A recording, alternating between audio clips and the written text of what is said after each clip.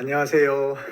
바쁜 현대 사회 속에서 따로 시간을 내고 또 함께 모여서 성경 공부를 한다는 것이 참 쉽지 않는 그런 시대를 우리는 살아가고 있습니다. 하지만 이렇게 동영상을 통해 함께 하나님의 말씀을 배우고 묵상할 수 있다는 것 자체가 정말 감사한 것 같습니다.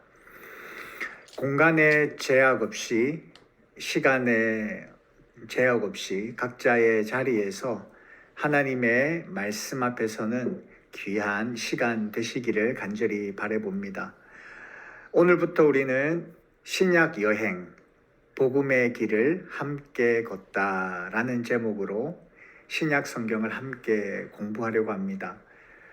단순히 신약 성경의 내용을 지식으로 배우는 것에서 멈추지 않기를 소망합니다. 이 강의의 목표는 우리도 예수님께서 걸어가신 그 복음의 길을 함께 걸어가 보는 것입니다.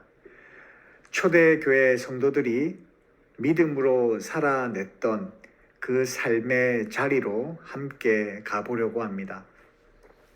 말씀을 통해 우리의 신앙이 새로워지고 복음의 능력이 우리의 삶 속에서 더 깊이 체험되기를 소망합니다. 이제 우리는 신약의 여정을 함께 시작해 보겠습니다. 신약 여행을 제대로 떠나기 전에 먼저 준비해야 할 것이 있습니다. 바로 구약에 대한 개략적인 이해와 중간기에 대한 이해입니다. 왜냐하면 신약 성경을 제대로 이해하기 위해서는 중간기를 알아야 합니다. 중간기가 뭐냐면 구약 말라기서로 구약 성경은 끝이 나는데요. 그 이후에 신약 마태복음이 시작하죠. 그런데 이 말라기서와 마태복음이 시작되는 이 시기 그 중간에 400년 동안의 공백기가 있습니다. 그 공백기를 중간기라고 합니다. 이 시기에 유대 민족에게 엄청난 변화들이 일어났습니다. 헬라 문화가 들어오고 로마 제국이 지배하게 되고 또 갑자기 바리새인이나 사두개인 같은 종교 집단들이 생겨납니다. 그리고 구약에 없었던 회당 제도가 발달합니다.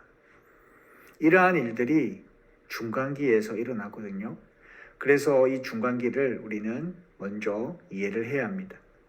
그런데 여기에 또 문제가 있습니다. 이 중간기를 이해하려면 그 이전에 또 구약의 전체적인 흐름을 먼저 알아야 합니다. 구약이 어떻게 끝났는지, 이스라엘 백성들이 어떤 상황에 처해 있었는지, 어떤 메시아를 기다리고 있었는지 알아야 중간기에 뭐가 어떻게 바뀌었는지 이해할 수가 있는 겁니다. 그래서 오늘은 본격적인 신약 여행에 앞서서 구약의 전체 내용을 간략하게 정리해 보려고 합니다. 구약을 크게 9개의 시대로 나눌 수 있는데요. 그 9개의 시대로 나누어서 하나님의 구원 역사가 어떻게 흘러왔는지 한번 쭉 따라가 보겠습니다. 이걸 이해하고 나면 나중에 중간기 공부할 때에도 그래서 이런 일들이 일어났었구나 라고 이해가 될 겁니다.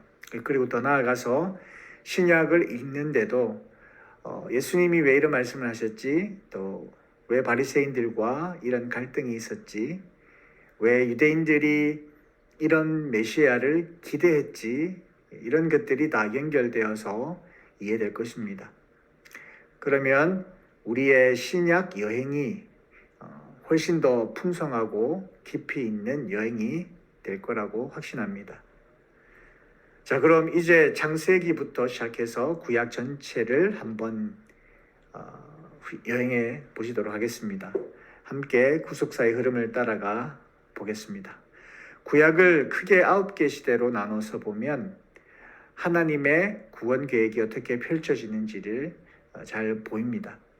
자, 먼저 창조 시대부터 시작하겠습니다. 창세기 1장 1절에서 11장까지의 말씀인데요. 여기서 가장 중요한 건 하나님께서 세상을 만드셨다라는 겁니다. 그런데 인간이 범죄하면서 모든 게 틀어지기 시작했습니다. 아담과 하와가 선악과를 먹고 가인이 아벨을 죽이고 노아 시대엔 홍수 심판이 있었습니다. 바벨탑에서는 인간들이 교만해서 언어가 흩어지게 되었습니다. 하지만 여기서 중요한 건 하나님이 이미 구원의 계획을 시작하셨다라는 거죠. 그 다음이 족장 시대입니다. 창세기 12장부터 50장까지의 내용입니다. 여기에 보면 아브라함, 이삭, 야곱, 요셉과 같은 우리가 잘 알고 있는 익숙한 사람들이 등장합니다. 하나님께서 아브라함을 부르시면서 너의 후손을 통해 모든 민족이 복을 받게 하겠다라고 약속을 하십니다. 이게 바로 하나님께서 인간과 언약을 맺으신 그 언약의 내용입니다. 그 이후에 아브라함의 자손들을 통해서 이스라엘 12지파가 생겨나게 되고 또 요셉으로 인해서 애굽으로 이주하게 되는 사건이 기록되어 있습니다. 세 번째는 출애굽 시대입니다. 애굽에 들어왔던 이스라엘 백성들이 성장하기 시작했어요. 출애굽기부터 민수기까지 내용인데요. 여기 보면 또 우리가 잘 알고 있는 모세가 등장을 합니다. 이런 이스라엘 백성들이 점점점 성장하다 보니까 애굽 사람들이 위협을 느꼈습니다. 그래서 그들을 노예로 부리기 시작했어요. 애굽에서 노예 생활을 하다가 이제는 때가 되어서 하나님께서는 모세를 부르시고 이 모세를 통해 이스라엘 백성들을 구해내십니다. 10가지 재앙을 통해서 애굽 땅을 나오게 합니다. 홍해를 가르십니다. 또 시내 산에서 십계명을 주십니다. 그리고 40년 동안 광야 생활을 하게 하십니다. 이 모든 것이 하나님께서 하나님의 백성을 구원하시고 거룩하게 만드시는 과정이었습니다. 네 번째는 가나안 정복 시대입니다. 여호수아서에 기록되어 있는 내용이죠. 여호수아가 이스라엘을 이끌고 약속의 땅 가나안을 정복합니다. 요단강을 기적적으로 건너고 여리고 성을 함락시킵니다. 하나님께서 약속하신 땅을 드디어 차지하게 되는 말씀이 기록되어 있습니다. 믿음으로 순종하면 하나님께서 반드시 승리하게 해주신다는 것이 핵심입니다. 다섯 번째는 사사시대입니다. 사사기부터 사무엘상 7장까지 내용인데요. 이때가 좀 암울했습니다. 백성들이 하나님을 떠나면 적들이 침입해서 그들을 괴롭힙니다. 그리고 난 이후에 그들이 하나님 앞에 회개하고 부르짖으며 하나님 앞에 도와달라고 구원해달라고 그렇게 기도하게 됩니다. 그때 하나님께서 사사들을 보내셔 그들을 구원해 주시죠. 이러한 패턴들이 계속해서 반복적으로 나타납니다. 이때 활동했던 중요한 사사들은 우리가 잘 알고 있는 드보라, 기드온, 삼손 같은 사람입니다. 이 사사시대의 메시지는 인간은 연약하지만 하나님께서는 계속 긍휼을 베푸신다라는 것입니다. 그러한 시대가 사사시대였습니다. 사사시대 다음에는 왕정시대입니다. 사무엘상 8장부터 열왕기상 11장까지 내용입니다. 사무엘이 사울을 그 이스라엘 백성들의 초대왕으로 세우고 그 다음에 2대 왕으로 다윗이 왕이 됩니다. 통일 왕국이 다윗을 통해서 만들어지게 되는 그런 모습을 보게 됩니다.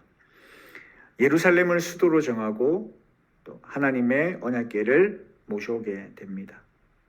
그 이후에 다윗의 아들이었던 솔로몬이 성전을 짓게 되고 또 하나님께서 거하시는 그런 성전을 만들게 됩니다. 이게 이스라엘 역사상 가장 영광스러운 시대였습니다. 일곱 번째 시대는 분열 왕국 시대입니다. 솔로몬이 하나님 앞에 그의 말년에 범죄를 하게 됩니다. 그래서 솔로몬의 아들 때부터 나라가 둘로 갈라지게 되지요. 북이스라엘과 남유다로 나뉘어서 서로 싸우고 또 우상 숭배하고 또 하나님 말씀에 불순종하고 그렇게 합니다. 그래서 하나님이 엘리야와 엘리사, 이사야, 아모스 같은 선지자들을 보내어서 경고합니다. 회개하지 않으면 심판이 온다라고 그렇게 말씀하셨습니다. 그러한 내용들이 분열 왕국 시대의 내용입니다. 그리고 여덟 번째는 포로 시대입니다. 결국 하나님의 경고대로 심판을 맞이하게 됩니다. 북이스라엘은 BC 722년도경에 아수르에게 멸망을 당합니다. 그리고 남유다는 BC 586년도에 바벨론에 의해서 망하게 됩니다. 그래서 백성들이 포로로 끌려가게 되고 70년 동안이나 바벨론에서 포로 생활을 하게 됩니다. 이때 예레미야나 에스겔, 다니엘과 같은 선지자들이 활동하면서 비록 하나님이 심판하셨지만 그래도 회복을 약속하셨다. 이런 희망을 주게 됩니다. 그리고 마지막 아홉 번째 시대는 포로 귀환 시대입니다. 이때 활동했던 선지자는 에스라, 느헤미야, 학개, 스가랴, 말라기입니다. 바벨론 포로 70년이 끝나고 하나님의 약속대로 백성들이 고향으로 돌아옵니다. 이게 세 차례에 거쳐서 돌아오게 되는데요. 첫 번째는 BC 538년도경에 스룹바벨이 이끌고 온 무리입니다. 이들이 성전을 다시 짓기 시작합니다. 그런데 중간에 공사가 중단되기도 하거든요. 그래서 학개나 스가랴 선지자가 나서서 성전 공사를 계속하라라고 독려하게 됩니다. 두 번째는 BC 458년경에 에스라가 이끌고 나옵니다. 에스라는 율법학자로서 백성들에게 하나님의 말씀을 가르치고 영적 개혁을 일으키게 됩니다. 마지막 세 번째는 BC 444년경에 느헤미야가 와서 예루살렘 성벽을 재건하게 됩니다. 52일 만에 성벽을 완성하는 기적을 이루어내게 됩니다. 하지만 이 시기에 백성들의 영적인 상태는 그렇게 좋지 않았습니다. 이방인들과 결혼하고 11조도 드리지 아니하고 안식일을 지키지 않는 그러한 하나님의 말씀에 불순종하는 모습을 보입니다. 그래서 말라기 선지자가 마지막으로 나서서 메시아가 오시기 전에 엘리야 같은 선지자가 먼저 올 것이다 라며 예언하게 되고 구약이 끝나게 됩니다. 하나님은 약속을 지키시는 분이십니다. 그러나 백성들의 마음은 여전히 온전하지 못했습니다. 그래서 그들은 구원자가 필요했고 그때마다 하나님께서는 사사나 선지자들을 통해서 경고도 하시고 또 그들이 당하고 있는 어려움에서 구원해 내기도 합니다. 그러나 완전하지는 못했죠. 그래서 더 완전한 구원자가 필요하게 되었고 하나님께서 약속하셨고 예언하셨고 또 계획하신 대로 예수님께서 이 땅 가운데 오시게 되는 겁니다. 정리하면 다음과 같습니다. 구약은 하나님께서 죄로 망가진 세상을 어떻게 구원하실 것인가에 대한 말씀입니다. 인간은 계속 실패합니다. 그러나 하나님은 끝까지 포기하지 않으십니다. 구원의 계획을 계속해서 이루어 가시는 거죠. 이 모든 이야기가 결국 예수님을 통한 완전한 구원을 향해 가는 겁니다. 오늘 우리가 창조시대부터 포로시대 그리고 포로 귀환시대까지 구약 전체를 간단하게 훑어보았습니다. 하나님의 구원 계획이 어떻게 펼쳐져 왔는지 전체적인 그림이 조금 보이십니까? 창조에서 시작해서 인간의 타락, 그리고 아브라함을 부르시고 이스라엘 민족을 세우시고 출애굽과 가나안 정착, 왕정 시대의 영광과 분열, 그리고 하셨습니다. 그리고 선지자들을 통해서 메시아가 오실 것이다, 새로운 언약이 있을 것이다, 회복이 있을 것이다 라는 희망을 주셨습니다.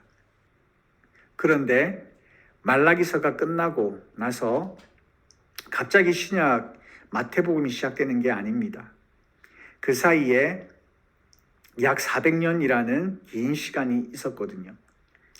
다음 시간에는 바로 이 중간기를 다뤄볼 겁니다. 알렉산더 대왕이 와서 온 세상을 헬라 문화로 통일시키고 그 후에 로마 제국이 등장해서 팍스 로마나, 로마의 평화라고 하죠. 이 팍스 로마나를 이루게 됩니다. 그 과정에서 유대인들은 엄청난 박해도 받게 되고 또 마카비 혁명 같은 독립운동도 일어나게 됩니다. 그리고 이 시기에 바리새인이나 사두개인이나 에센파나 이런 종교 집단들이 생겨나게 되고요. 회당 제도 같은 것들이 생겨나고 발달하고 헬라어 구약 성경인 70인역이 번역되기도 하고 사상이 더욱더 구체화되기도 합니다.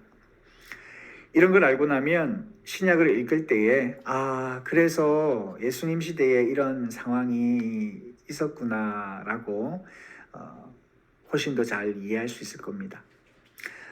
오늘 수고 많으셨고요. 다음 시간에는 이러한 중간기 이야기로 찾아뵙도록 하겠습니다. 그때까지 오늘 배운 구약의 흐름을 한 번 더 새겨보시면서 하나님의 구원 계획에 대해 묵상해 보시는 시간 되시기를 바랍니다. 감사합니다.